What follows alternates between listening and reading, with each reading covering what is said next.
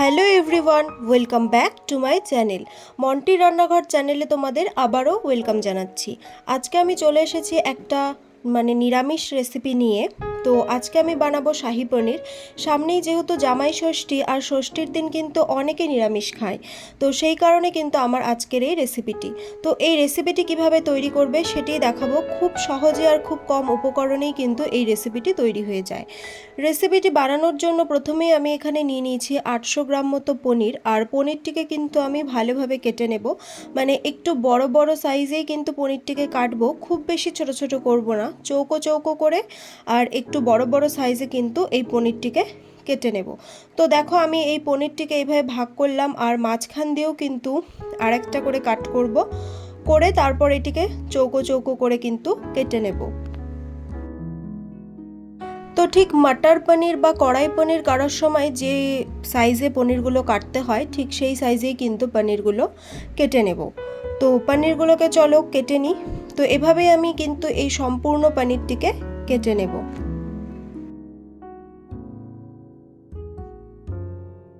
পনিরগুলোকে কিন্তু কাটার আগে ধোবে না, এগুলিকে কাটার পরেই কিন্তু বাকি প্রসেসটা করতে হবে। তো দেখো, পনিরগুলো কিন্তু ভালোভাবে কাটা হয়ে গেছে। এবার এটিকে সাইডে রেখে দেব। আর শাহি পনির করার জন্য যে পেস্টটা দরকার, সেই পেস্টটিকে বানিয়ে নেব। তার জন্য একটি বাটির মধ্যে নিয়ে নেব 3 চা চামচ মতো পোস্ত দানা। তো পোস্তর পরিমাণটা কিন্তু একটু বেশি পরিমাণেই দিতে হবে এই রেসিপিতে। আর নিয়ে নেব 10 থেকে 12টা মতো কাজু বাদাম। তো এবারে এই দুটো উপকরণকে খুব ভালোভাবে পেস্ট করে নিতে হবে। তোমরা মিক্সিতেও করতে পারো বা পাটায় বেটে নিতে পারো। তো চলো ওদিকে ওটা পেস্ট করে নিই। আর এইদিকে যে পনিরগুলোকে কেটে রেখেছিলাম, সেটিকে হালকা গরম জলের মধ্যে কিছুক্ষণের জন্য রেখে দেব। প্রায় 15 মিনিট মতো রাখলেই হবে। তো এই পনিরগুলো দিয়ে দেওয়ার পর এর মধ্যে দিয়ে দেবো সামান্য একটু নুন, ওই ধরো হাফ টিস্পুন মতো নুন দেব। দিয়ে এটিকে কিন্তু 15 মিনিটের জন্য রেখে দেবো। এবার একটা কড়াই ভালোভাবে গরম করে নিয়ে এর মধ্যে দিয়ে দেব 2 টেবিল স্পুন মতো সাদা তেল, আর দিয়ে দেব হাফ টিস্পুন মতো বা 1 টিস্পুন মতো ঘি। এই তেল আর ঘিটাকে ভালোভাবে গরম করে এর মধ্যে ফোড়নে দেব এই 1 থেকে 2 ইঞ্চের মতো দারচিনি, গোটা দারচিনি। তারপরে যে পেস্টটা বানিয়েছিলাম, সেই পেস্টটাকে কিন্তু এর মধ্যে দিয়ে দেব। আর দিয়ে দেব সেই পেস্ট ধোয়া যে জলটা, সেই জলটাকেও এর মধ্যে দিয়ে দেব। এবারে এই সবগুলো উপকরণকে খুব ভালোভাবে মিশিয়ে নিতে হবে। আর গ্যাসের ফ্লেমটিকে মিডিয়াম টু হাই রেখে কিন্তু সম্পূর্ণ উপকরণটিকে ভালোভাবে কুক করে নিতে হবে। যতক্ষণ পর্যন্ত না এরম তেল ছেড়ে আসছে, ততক্ষণ পর্যন্ত কিন্তু এটিকে কষিয়ে নিতে হবে। তারপর এর মধ্যে দিয়ে দেব 2 টেবিল স্পুন মতো টক দই। আর এই টক দইটাকে কিন্তু আমি ভালো করে ফেটিয়ে নিয়েছিলাম। এই সবগুলো উপকরণকে এবার খুব ভালোভাবে মিশিয়ে নিতে হবে। আর 2 থেকে 3 মিনিটের মতো এটিকে আরেকটু ফুটিয়ে নিতে হবে। এরপর এর মধ্যে দিয়ে দেব স্বাদ অনুযায়ী নুন।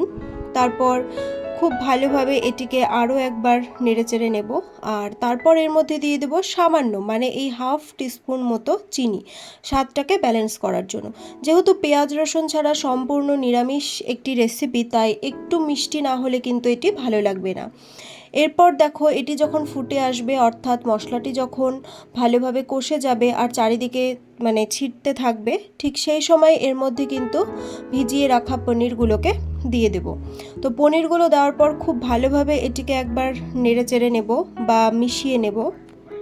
তো এই পনিরটিকে যা মেশানোর কিন্তু এই সময় মেশাতে হবে, কারণ এটি ফুটে আসার পর কিন্তু এটি খুবই নরম হয়ে আসবে, তখন কিন্তু আর নাড়াচাড়া করা যাবে না। তো এবার এর মধ্যে দিয়ে দেব খুব সামান্য হাফ কাপ মতো জল। আমি পনিরটিকে যে জলের মধ্যে ভিজিয়ে রেখেছিলাম, সেই জলটি কিন্তু এর মধ্যে দিয়ে দিলাম। তোমরা চাইলে এখানে জলের বদলে দুধও ইউজ করতে পারো, তবে যেহেতু আমি দই দিয়েছি তাই আর এক্সট্রা করে দুধ দিলাম না। এবার এর মধ্যে দিয়ে দেব 6 থেকে 7টা মতো চেরা কাঁচা লঙ্কা। এবারে এটিকে মিডিয়াম ফ্লেমে রেখে খুব ভালোভাবে ফুটিয়ে নিতে হবে। প্রায় 4 থেকে 5 মিনিট মতো ভালোভাবে কুক করে নেওয়ার পর যখন এর গ্রেভিটি এমন ঠিক হয়ে আসবে আর হালকা তেলও ছেড়ে দেবে, ঠিক এই সময় এর মধ্যে দিয়ে দেব 1 টিস্পুন মতো গোলাপ জল।